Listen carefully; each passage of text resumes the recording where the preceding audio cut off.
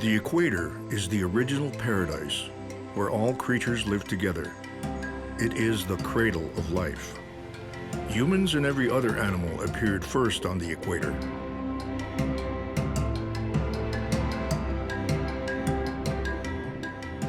It is also the museum of life.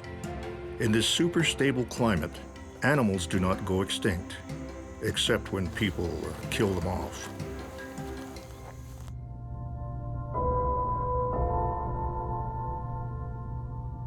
The birthplace of humanity, as far as we know, is in East Africa, in what's now Kenya.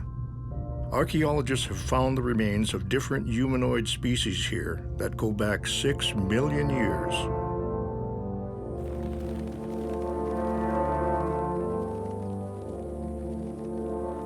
This is where our story began. These grasslands still support incredible abundance and diversity. Today, of course, species diversity is imperiled everywhere. Here, they are trying to protect it.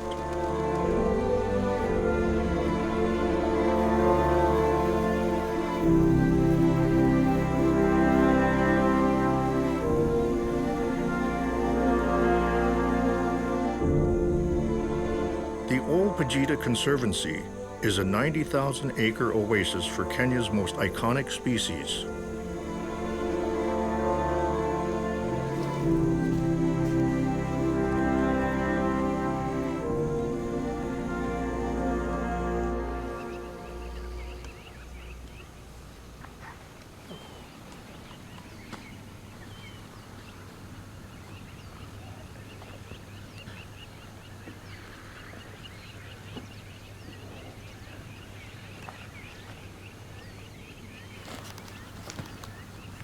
Of all the creatures here, the most fiercely protected is the northern white rhino.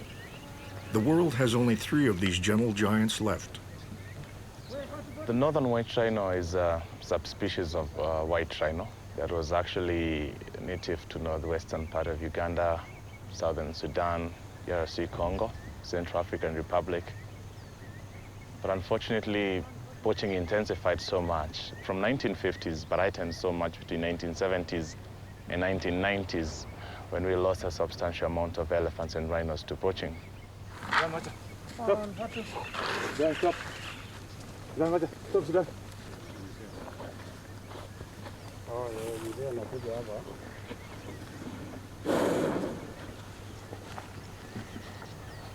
If you scan the native homelands of where they come from, the political instability is what facilitated their populations to, decline, especially the rebels and the guerrilla fighters.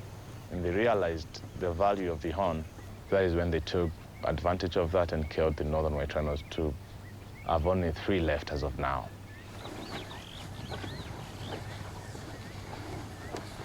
There were still 2,000 in the late 60s when the massacre began.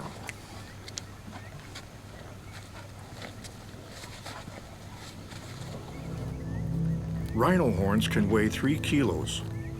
The horn costs $50,000 per kilo on the black market. The demand comes from Asia.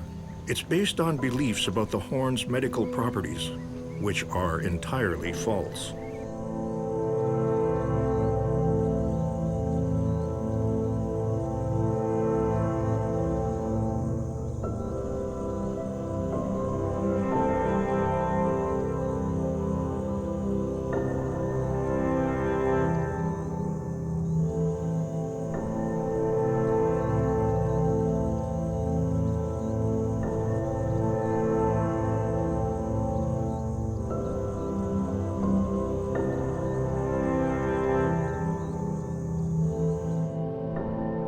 Every part of the equator bursts with natural diversity, though the creatures in each area are unique.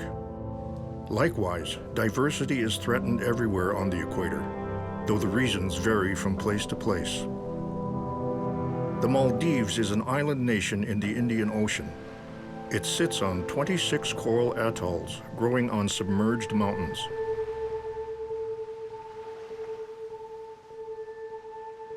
It's a tourist paradise. where 500,000 citizens greet 600,000 visitors each year. But for locals, there are dangerous shadows over the Maldives. The corals it sits on are dying, and the ocean is rising, threatening to drown the nation.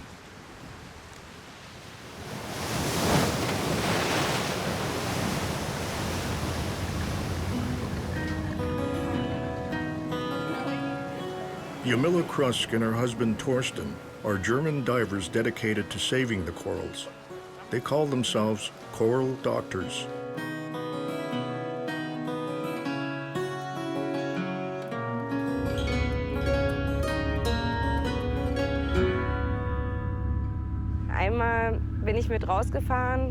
When I got the first chance to go down and have a look, I was speechless.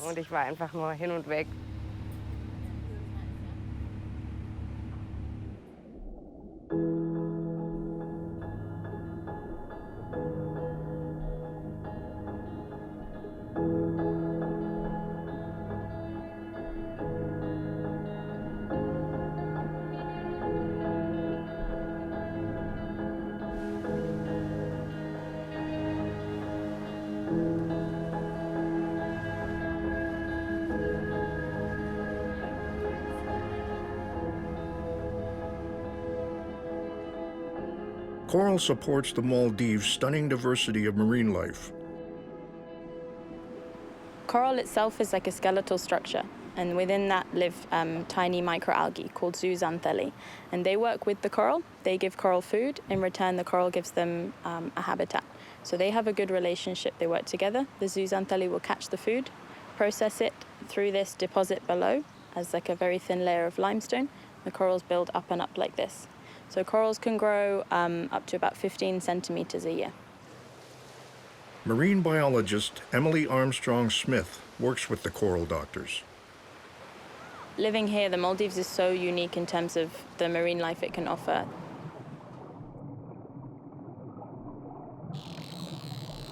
We can travel an hour in each direction from here and see whale, shark, manta, dolphins every day, turtles every day, everything like this. And every reef we go to, there's something unique we can find.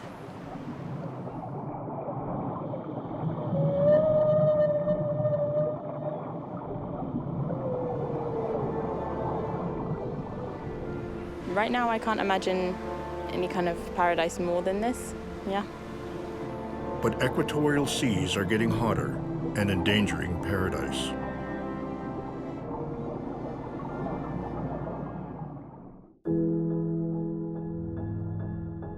There's many visions of paradise. They all share certain traits. The weather is always fair, the colors bright, and the wildlife diverse. Such Edens abound on the equator, each one unique.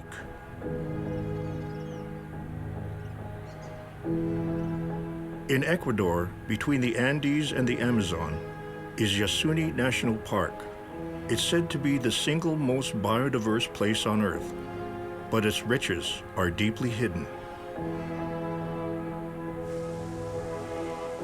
Biologist Diego Mosquera spends his days searching for them.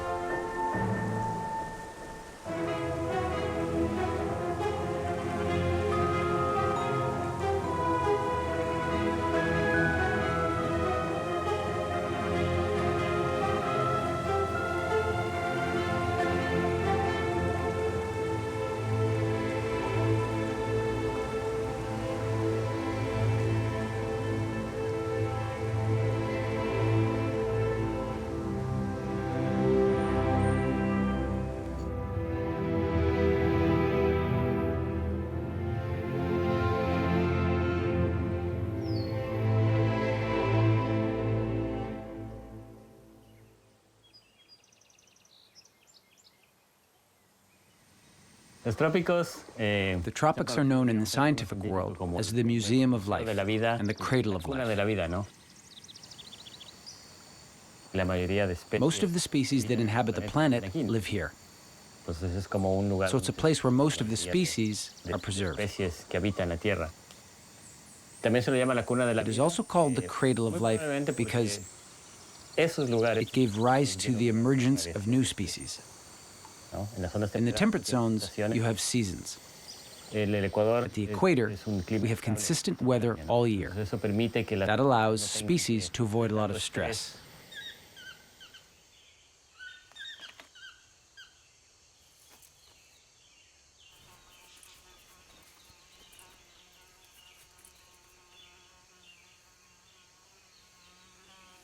The fact that this is an almost original forest that hasn't changed in the last 10,000 years makes it ideal to study how animals live in their natural habitat. You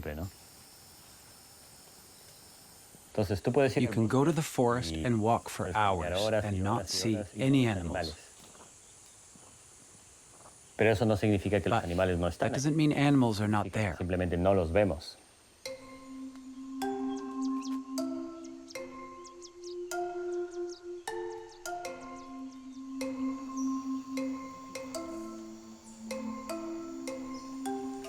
Yasuni is one of the most biodiverse places in the world. The diversity doesn't even fit in your mind. There are almost 650 species of birds, more than 200 species of mammals, more than 200 species of amphibians, 100 million insect species per hectare. In 100 meters by 100 meters, there are more plant species than in the US and Canada combined. Yasuni is a refuge. It's like an island surrounded by human activity.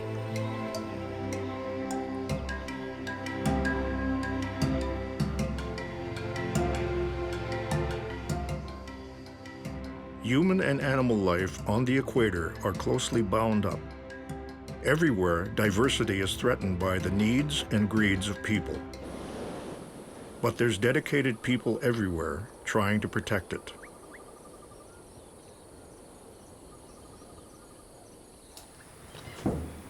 In the old Pajita Conservancy, caregivers like James Mwenda take the work personally.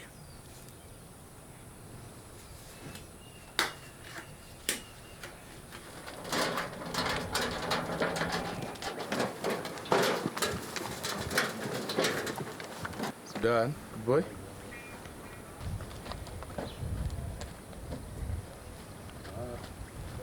A perfect day, of course, entails picking and seeing Sudan, which is actually the sole reason I'm here. Him being okay, makes my heart happy. Sudan is the last male northern white rhino alive. He is a relic of the past and a message for the future.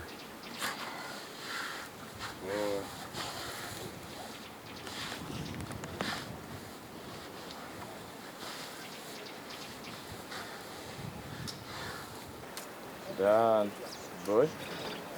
One boy, Sudan. Typically, rhinos will live 40 years in the wild and up to 50 years in captivity. So Sudan being 44, if somewhat linked to human life, it can be like between 97 to 100 years in human life. So he is actually very old.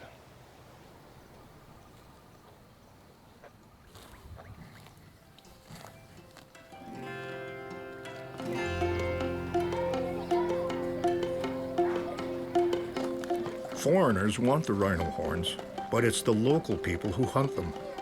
One rhino can fetch $15,000, whereas a year's work here brings $1,000. All right, so this is the rhino baraka. These animals are endangered. There are very small populations that are left, and it is our duty to protect these animals.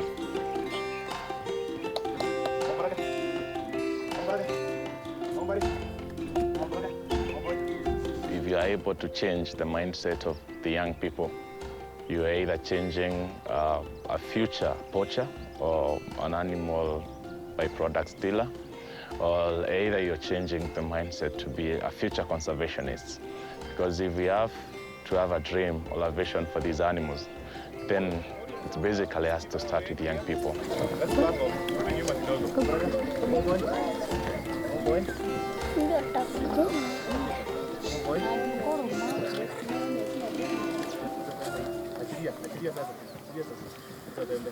Working with the children, it really helps me appreciate that at least there's a seed that you're putting for the sake of the tomorrow of these animals.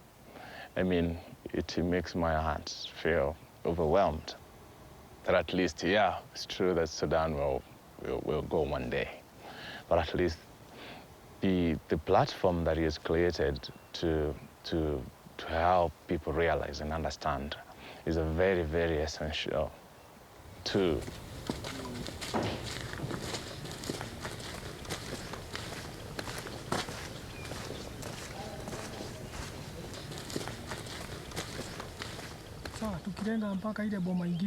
Old Pajita has a herd of black rhinos and a paramilitary unit to defend them.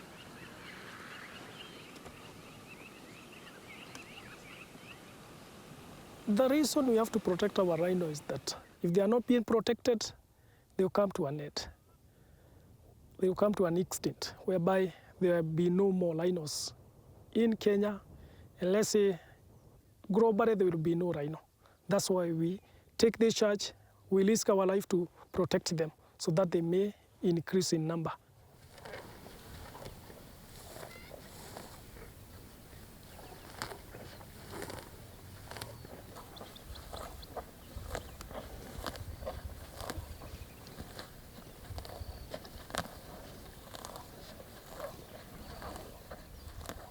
The job that we are doing actually is very dangerous. Poaching is high. If you encounter with them, that means we have to have a contact. And when you are in the contact, any can do. Don't know who can lose. So that's the danger that we normally face. The Rhino Protection Unit has increased black rhinos here from 20 to more than 100, but the species remains endangered, and so do its protectors.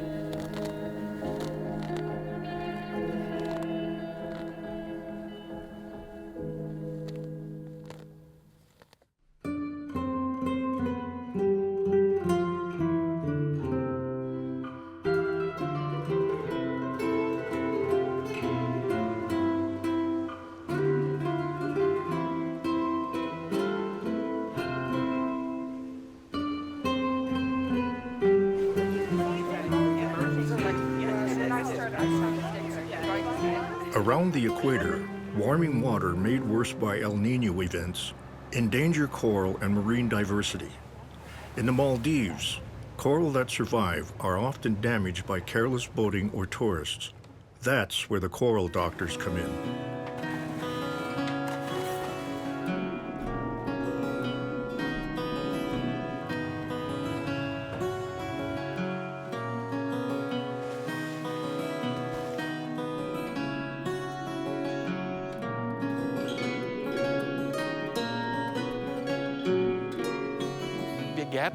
We garden underwater. We take little broken branches from the reef.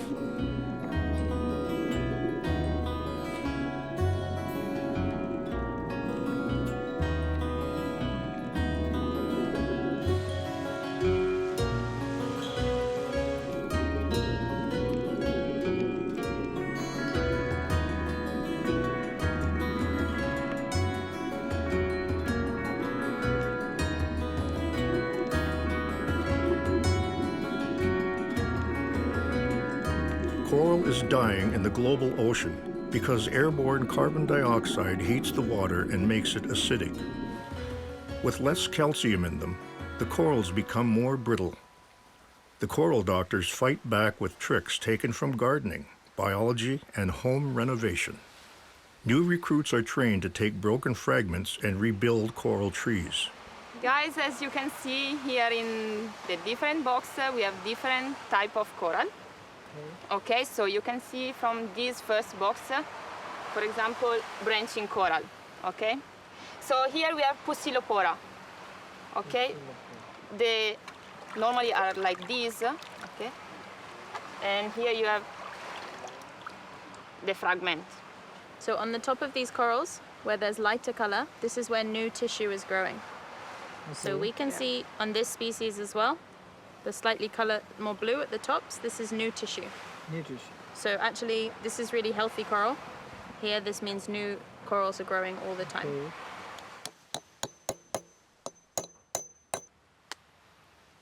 So better to remove all of the dead part, just attach the healthy coral. Okay. Okay.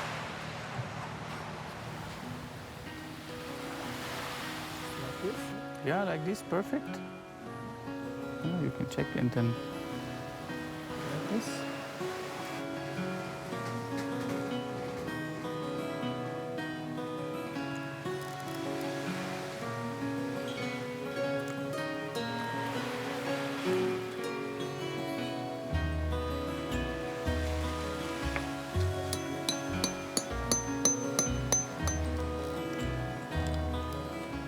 Es ist halt irgendwie toll zu sehen, wie die so wachsen können. It's great to see how from a broken piece a new shoot grows.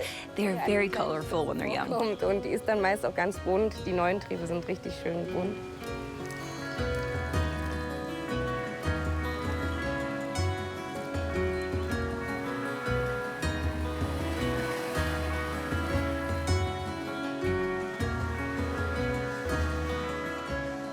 The restructured corals are returned to the sea, where they bloom new branches.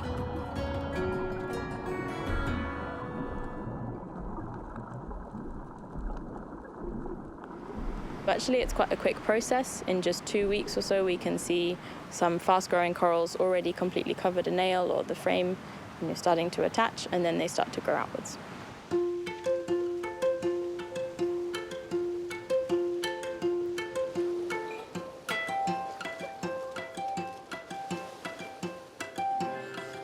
The doctors also spread their enthusiasm to the tourists who adore this paradise, but have no idea it's built on coral.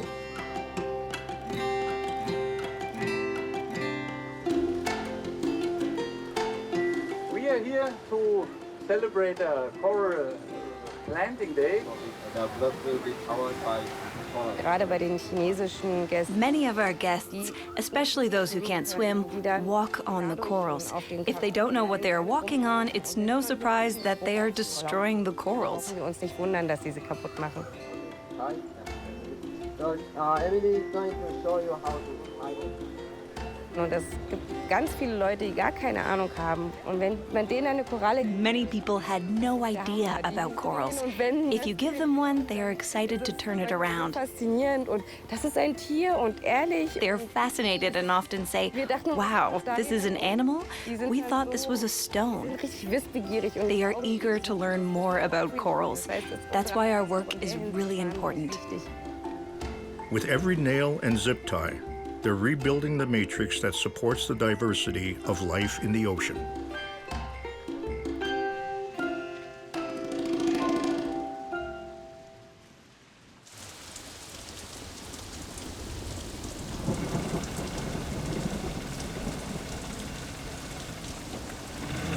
Ecuador's Kichwa people rely on the Yasuni's diversity for all their needs. Diego's guide, Jose, has studied the jungle since childhood. Toda mi vida yo viví a los... I have lived my whole life on the Napo River. La vida era... Life was totally different compared to now. Antes era muy había que buscar. Before, one had to go to the forest, to the river, looking for food. Niños o mis otros... Now my children and other relatives have a different Una life. vida diferente. Carlos no es como... Now one goes to the market and everything is there. Mi abuelo... My grandfather was perhaps one of my first teachers. Mis primeros maestros siempre... Since childhood, I walked next to him through the forest. Con él, o dentro del bosque. Aquella... Back then, I didn't use rubber boots. de goma. I just walked barefoot, and he told me where to walk. Entonces, si él me decía por dónde tenía que caminar. Hay muchas... There are many venomous serpents that can kill us in half an hour. En media hora.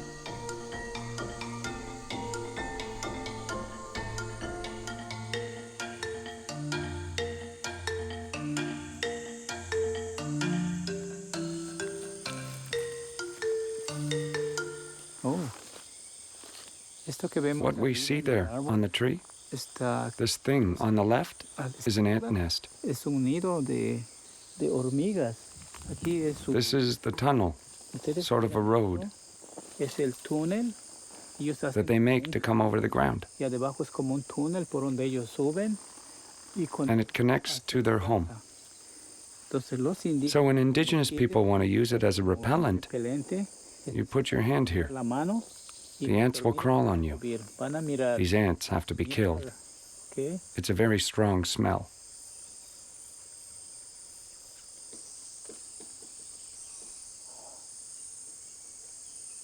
And this has to be put on the body. And after that, the mosquitoes don't like it. That way they protect themselves and walk naked for many hours.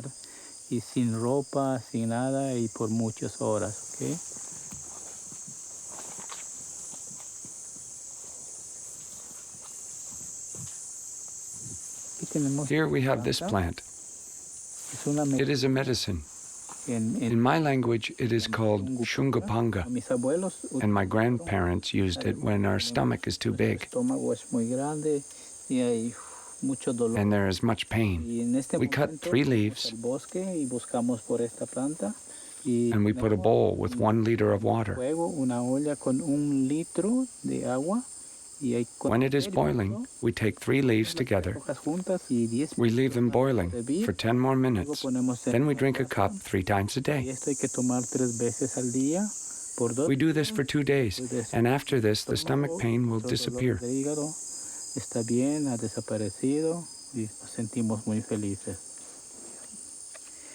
We can find this medicine just in places where there is virgin forest or primary forest.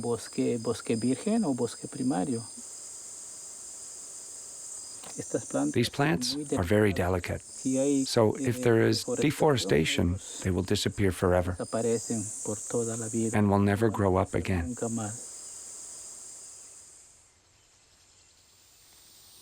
The most important thing that my grandfather taught me is to value and love nature.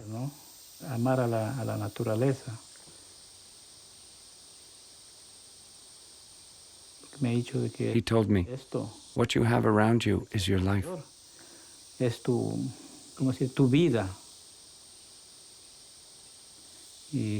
someone tries to take it from you, you must fight to the death for it. Because from nature, you have food, drink, medicine, everything. Because we all live from it.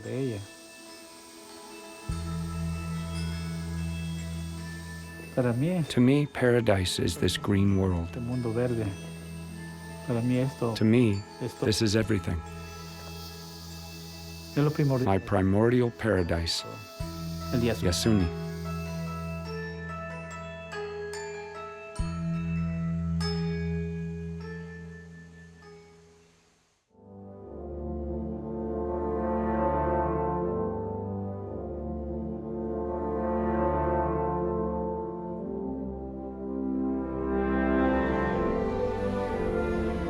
The equatorial paradise holds untold riches.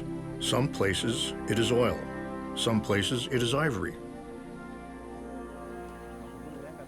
Old Pajita's rangers track the park's black rhinos across the 90,000-acre property. Their protocol is to check on each rhino every couple of days. We have about 60 and over rhinos, both white and black. Me to be here is to monitor whether they are all okay. If they are any sick, their health is okay, we push on.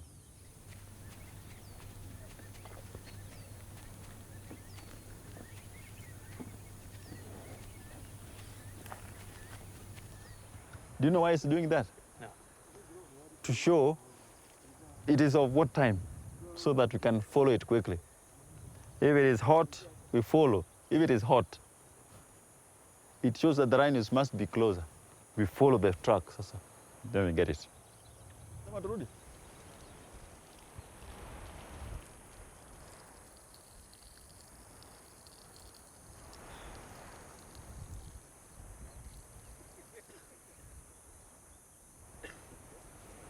Poachers always came in daytime or earlier, like 4:30, 3:30 there, they may come in.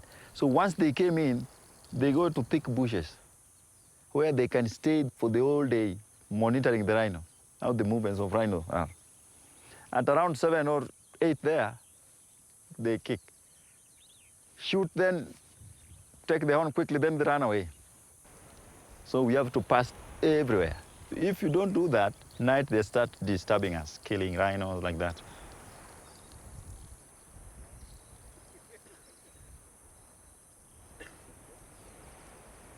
This park has a lot of rhino in East Africa. Because we take care of them, that's why the number is coming up. It will be bigger and bigger and bigger.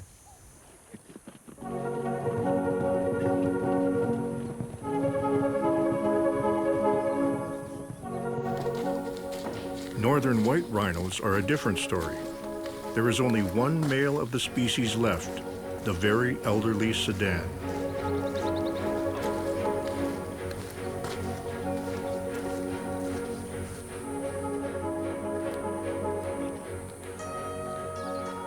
He's aged, he's getting arthritis, his hind legs are becoming weak, and he's developing some wounds on his skin. These are because of his lying down most of the time, and he developed these pressure wounds.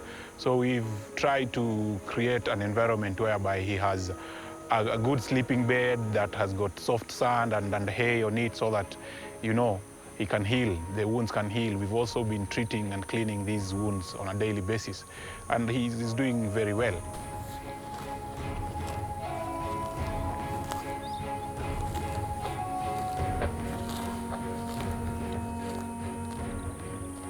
Reproductively, he is not able to mate and reproduce with the other females because of his age. His sperm is low, he has a low sperm count, he cannot mount a female successfully and sustain an ejaculation and an intromission. We also are of the view that once he interacts with the females, they get to harass him, and he cannot handle that. So, but then we expect that he can give us a few more years.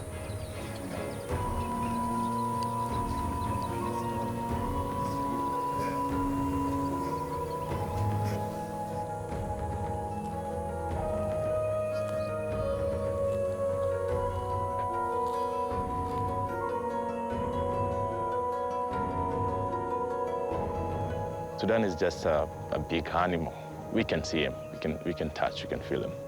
But it's also a representation of what is happening in the real world. I mean, endangered species are going extinct, flowers, birds, trees, and perhaps they are not noticed, and they are accelerating towards the world not being a better place.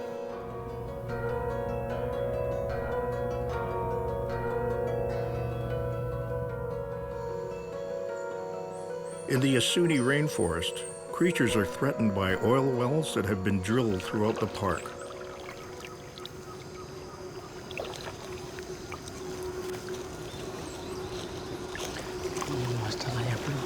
Escucho más aquí. Vamos por acá. The noise we hear, is the sound of a generator from the oil activities. Today is particularly loud.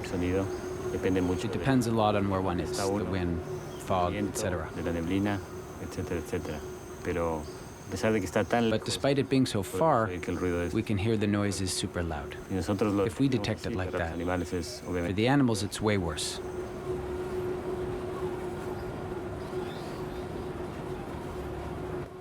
The animals hear all and see all, but they are never seen. Diego needs help to learn their ways. We started our camera trap project about 10 years ago.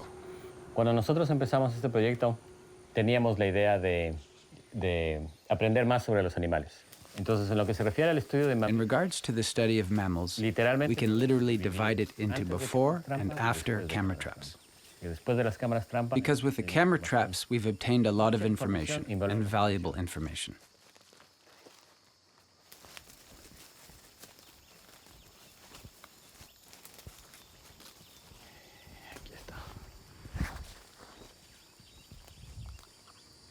So normally you set 2 cameras in order to get both sides of the animal.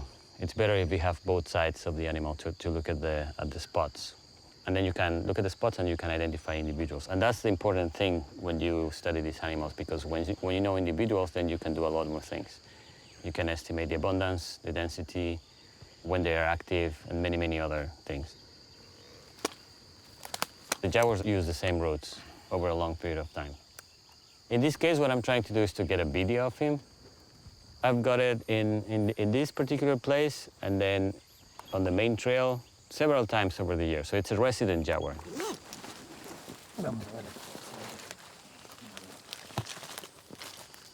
At this very moment, animals could be watching us. They can smell us, they can sense that we're here.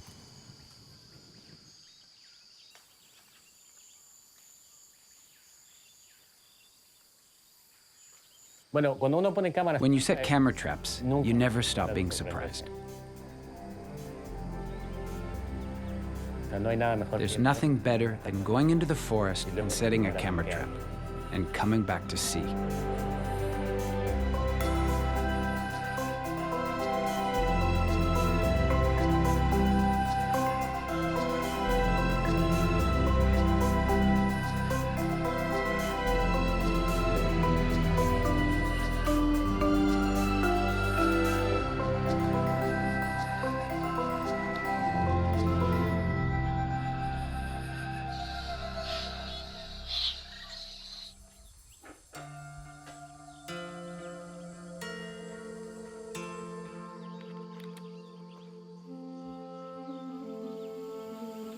That was like in March last year. Set some cameras in some of the plots that we have. This video of the jaguar with the two cubs. You can tell that the jaguars, the cubs are pretty young.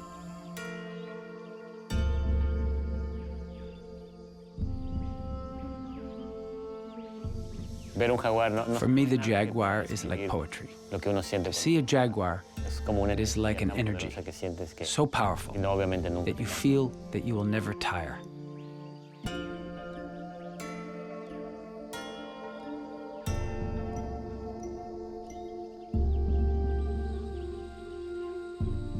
It entices me a lot that the jaguars patrol the rainforest by themselves, the guardians of all others. I feel very much attracted by that emanating power. It's like that we call an umbrella species. They control the population of other species. So if predators disappear, the whole equilibrium is going to collapse.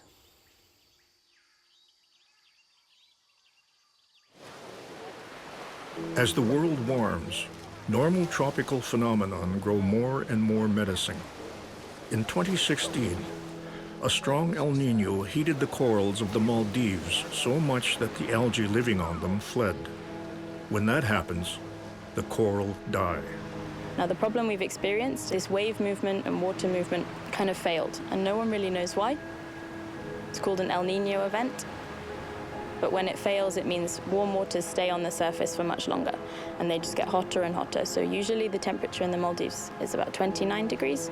Here they experience 30, 31, 32 degrees like that. And the corals can't survive with such a change in temperature.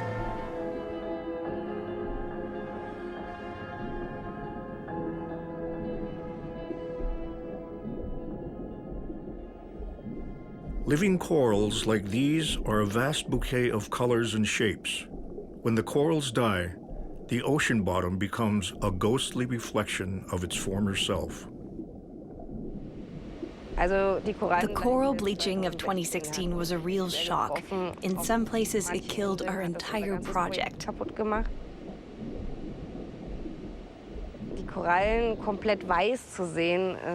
To see corals completely white is somehow fascinating, but scary at the same time.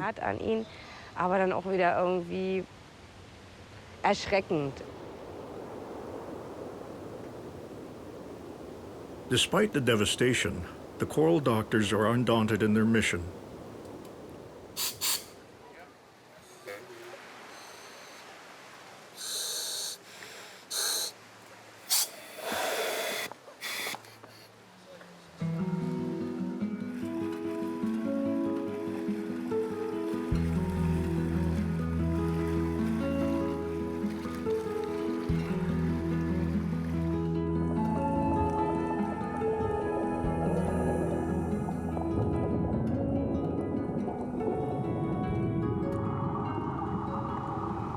we don't want to create a whole new reef. What we're trying to do is develop our existing reef and help that to recover and recuperate.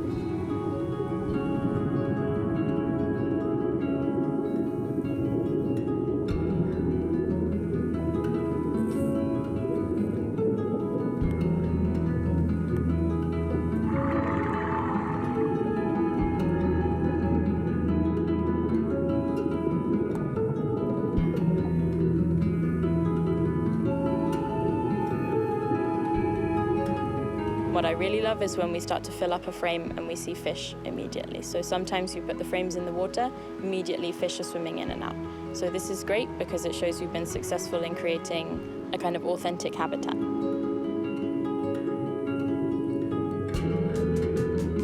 Biodiversity is what marks the equator as the cradle, the museum, and the paradise of life. Everywhere now it is threatened by forces that seem unstoppable. But those who care for diversity are not easily moved. I remember clearly a moment when I was at the river and saw my first jaguar. So I saw the jaguar, and the jaguar looked into my eyes. It was like a power that I sensed the animal had transmitted to me. So I said, wow, this place is my place.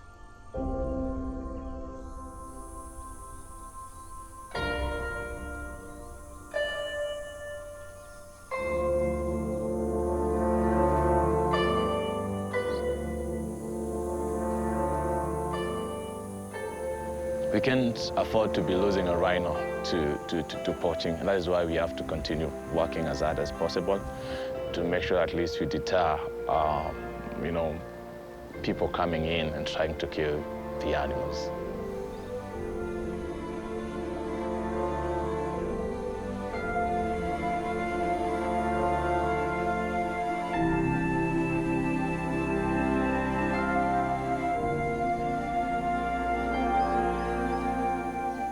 So I'm really optimistic that we shall be winning this battle. And we never give up, especially when what you're fighting for will never speak for itself. So you definitely have to play your part. As much as possible, play your role, and then, yeah, everything will be fine.